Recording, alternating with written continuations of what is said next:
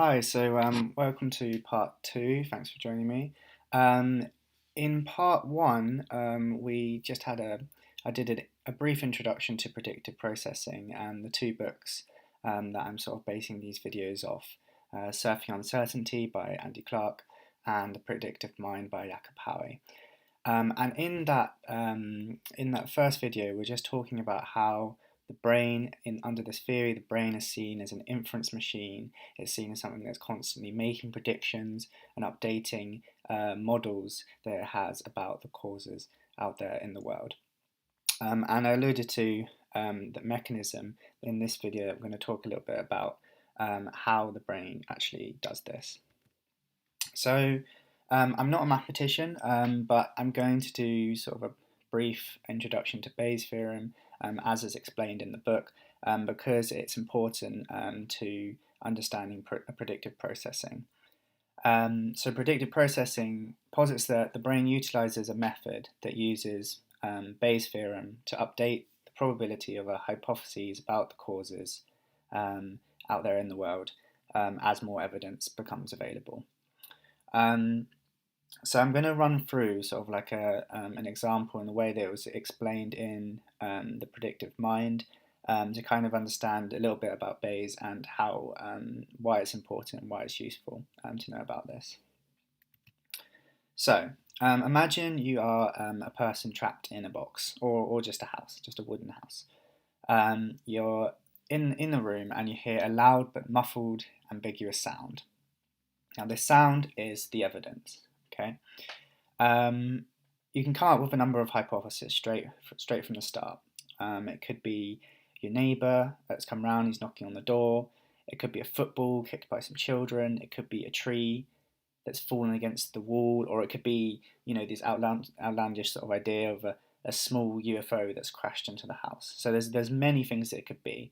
That there are many different causes for the same effect on our senses. So the next thing to consider is the likelihood, and it's used a little bit differently than its sort of common usage, the word here. But this is the probability of the effect you observe, given that the particular hypothesis that you're considering is correct.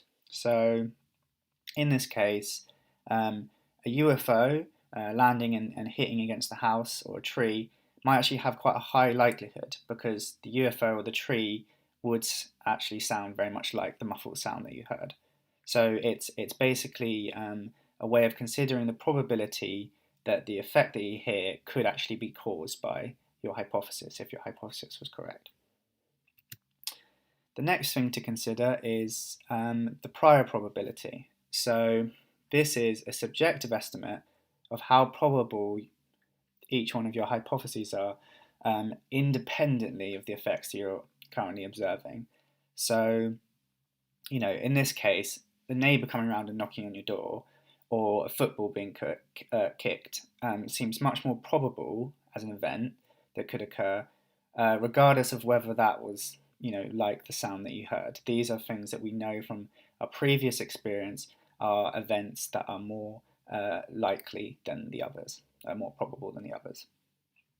Okay, so this is where Bayes' rule can be used. This is where the Bayesian theorem can be used, because we can now use these pieces of information, the likelihood, the prior, and the evidence, to determine what the best inference would be from our evidence. And the best inference is the one with something that's called the posterior probability, and it's shown on the left-hand side of that equation. The posterior probability is calculated for each one of your hypotheses, and then using the product of the likelihood and the prior probability given the evidence, you can get a figure for that.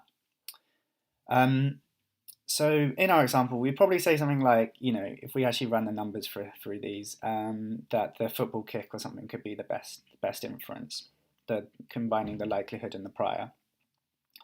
But the important thing, and this is like the key thing really, I think, for predictive processing, is that Bayes' rule tells us that we have to update our posterior probability of each hypothesis if we acquire some new evidence. We have to recalculate the posterior probability. And in our example, say there was some new evidence, so you could hear your neighbour calling your name. You would then quickly re-rank your hypothesis, and the posterior would change. So there's these different elements of the Bayes theorem are important in predictive processing. The prior, the evidence, of course, we need more evidence, and then using these to create posterior probabilities. Okay, so I'm going to move on to something a little bit different, but related, which is prediction error. Now, prediction error is, I know I said on almost everything that this is the core part of predictive processing, but prediction error is really the core feature of predictive processing. And it's the mismatch between a prior expectation and reality. And another way of phrasing that is to say that it's prediction error is the difference between a model and the data. I'm trying to show that there with my little diagram. If there's a difference between the model or the prior expectations and the data, the sensory data, sensory information coming in, then the difference is the prediction error. And the central idea in predictive processing is that the brain is constantly trying to reduce prediction error. That is the key thing that the brain does. And Jakob Howie goes as far to say is that it's almost the only thing that the brain does. Although I'm not sure I completely support that, but it's saying that it's a very, very important part of perception and action.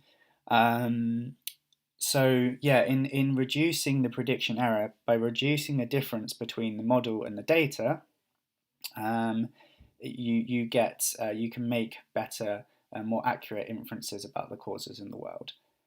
And this can be done because the predictive error can be used to inform a model and change the model, so the model changes, so the model can better match the data.